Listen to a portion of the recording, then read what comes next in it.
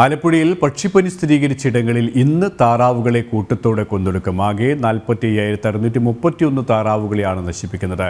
പക്ഷിപ്പനി സ്ഥിരീകരിച്ച ഇടങ്ങളിലെ 1 കിലോമീറ്റർ ചുറ്റളവിലുള്ള പക്ഷികളെയാണ് നശിപ്പിക്കുക. അമ്പലപ്പുഴ വടക്ക്, എടത്വ, തകഴി എന്നിവിടങ്ങളിലാണ് ഇന്ന് കള്ളിങ് നടത്തുന്നത്. അമ്പലപ്പുഴ വടക്ക് പഞ്ചായത്തിലെ 790 പക്ഷികളെയും, എടത്വയിൽ 33,974 പക്ഷികളെയും, തകഴിയിൽ 10,867 പക്ഷികളെയും ഉൾപ്പെടെ ആകെ 45,631 പക്ഷികളെ നശിപ്പിക്കും. പ്രഭവ കേന്ദ്രത്തിന് 1 കിലോമീറ്റർ ചുറ്റളവിലെ പക്ഷികളെയാണ് നശിപ്പിക്കുക. കള്ളിങ് സംഘത്തിലുള്ള എല്ലാവരെയും 10 ദിവസം ക്വാറന്റൈനിലിരുത്തും. എടത്തുവയിൽ 11, തകഴിയിൽ 4, അമ്പലപ്പുഴയിൽ 3 RRT സംഘങ്ങളെയാണ് കള്ളിങ്ങിനായി നിയോഗിച്ചിട്ടുള്ളത്.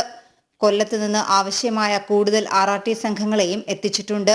പക്ഷിപ്പനി പ്രഭവ കേന്ദ്രത്തിൽ നിന്ന് 10 കിലോമീറ്റർ ചുറ്റളവിൽ വരുന്ന പ്രദേശങ്ങളിൽ താറാവ്, കോഴി, കാട, മറ്റു വളർത്തുപക്ഷികൾ എന്നിവയുടെ മുട്ട, ഇറച്ചി, കാഷ്ടം എന്നിവയുടെ ഉപയോഗവും വിപണനവും മെയ് 8 വരെ നിരോധിച്ചിട്ടുണ്ട്. ജനം, ആലപ്പുഴ.